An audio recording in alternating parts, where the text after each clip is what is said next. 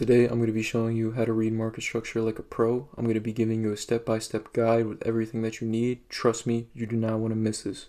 The first step to reading market structure like a pro is understanding highs and lows. Highs and lows are the foundation of understanding market structure.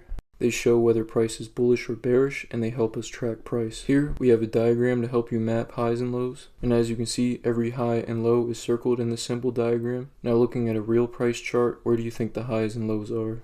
And as you see in this real price chart example, we mapped out every single high and low.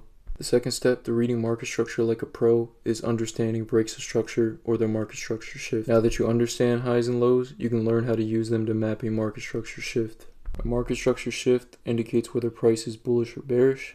A market structure shift happens when a higher low is broken and potentially a new higher low is created. For example, here we have a high and a low. The first low is broken and a new low is created. This is a bearish market structure shift. In this example, here we have a high and a low. The high is broken. This is a bullish market structure shift.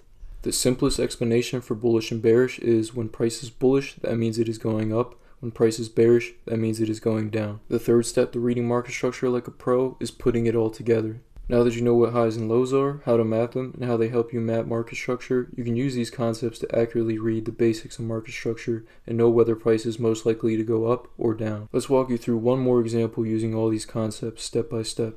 First, we need to map the highs and the lows. As you see, we mapped a high and a low. Now we wait for price to show us a market structure shift.